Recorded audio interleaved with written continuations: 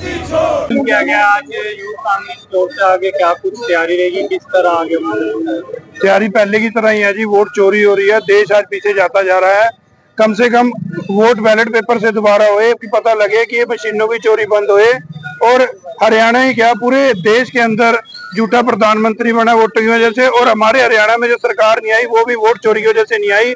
आज ये प्रदर्शन अम्बाड़ा में नहीं, पूरे हरियाणा में और हमारे नेता राहुल गांधी जी पूरे बिहार में कर रहे हैं। और आज हम अपने विधायक जी के साथ, चौधरी निर्मल सिंह के साथ ये आवाज उठाने के लिए पहुंचे हैं। धन्यवाद। और ये बेटी के इंसाफ के लिए भी हरियाणा अपना क्राइम फ्री होना चाहिए। जब से सरकार बनी है क्राइम ही क्राइम हो रहा है पूरे हरियाणा के। सरकार क्या बनी है, जब से नैब सैनी बना है सब क्राइम की तरफ ही चल पड़े हैं। ना बच्ची सेव है, ना किसी की बेटी सेव है, ना कोई व्यापारी सेव है, सब क्राइम की ओर तरफ लगे।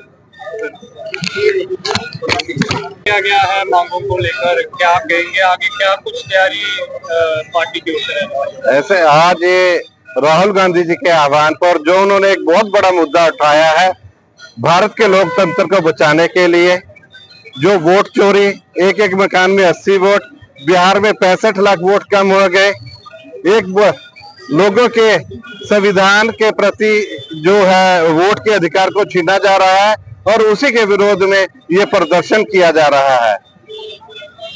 मनीषा हत्याकांड को लेकर क्या? मनीषा हत्याकांड में ये भिवानी की हमारी बेटी, जिसके शरीर को कुछ अंग नोच के खाए हुए हैं, चाहे वो किसी ने भी किया हो, और उसके सुसाइड नोट, जैसा कि आपको पहले ही पता चला है, फर्जी सुसाइड नोट पेश कर दिया गया और उस हत्या को एक आत्महत्या का केस बनाने की तैयारी चल रही है। आज इस केस को सीबीआई को सौंप दिया गया है। यह हरियाणा सरकार की नाकामी है, जिसकी वजह से ये केस सीबीआई को सौंपा गया है। भाजपा के नेता कह रहे हैं कि राहुल गांधी की जो लोकसभा की सीट है वाकई उन्होंने आंकड़े पेश की है। वो कह रहे हैं कि उनकी सीट पे भी कुछ वोटें जो है ऐसा ये अपने तो कुछ कर नहीं पा रहे। 1947 के भी आंकड़े पेश कर देंगे, झूठे सच्चे अगर हैं तो उस चीजों को पेश करे इलेक्शन कमीशन। कहने से तो कुछ नहीं होता। वोट से वोट करा के देख लो, वोट बैठ पे करा के देखो। प्रधान जी, प्रदर्शन किया गया आज, क्या मामला है आज का, क्या कहते हैं? आज पूरे देश में जो प्रजातंत्र के साथ खिलवाड़ हो रहा है और वोटों में बहुत बड़ी घपलेबाजी है, इसको उजागर किया जा रहा है, जन जन तक पहुंचाया जा रहा है। ऐसे तो इस सरकार के बदलने की कोई संभावना ही नहीं। प्रजातंत्र की या लोगों की मर्जी से बंद, ये तो फिर तानाशाही ही होगी। तो उसके जो है विरोध में आज ये कैंडल मार्च निकाला गया है।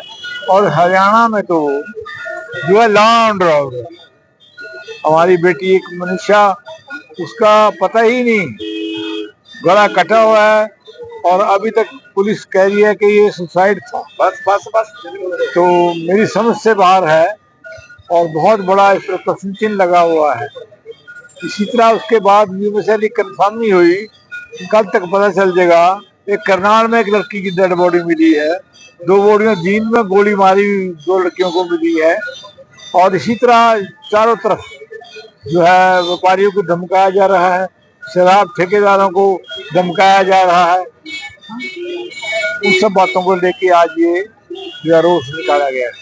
इलेक्शन कमीशन कार्रवाई ना करने की बजाय तर्क वितर्क कर रहा है, किस वजह से? कब तक करेगा? इलेक्शन कमीशन तो खुद ही जो है वो कटहरे में है।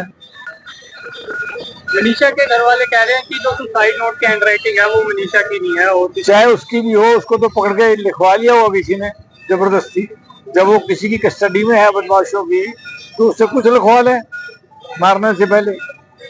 संसद में नया विधेयक पेश किया गया है कि अगर कोई भी चाहे प्रधानमंत्री हो, कोई मंत्री हो, मुख्यमंत्री हो, अगर वो किसी आरोप में सजा काट रहा है, अगर वो 2-3 महीने जेल में रहता है तो उसे पदमुक्त कर दिया जाएगा। और देखो आज शाह लेके आया है, इस पर बहस होगी, तो देखते हैं इसमें क्या क्या निकलता है।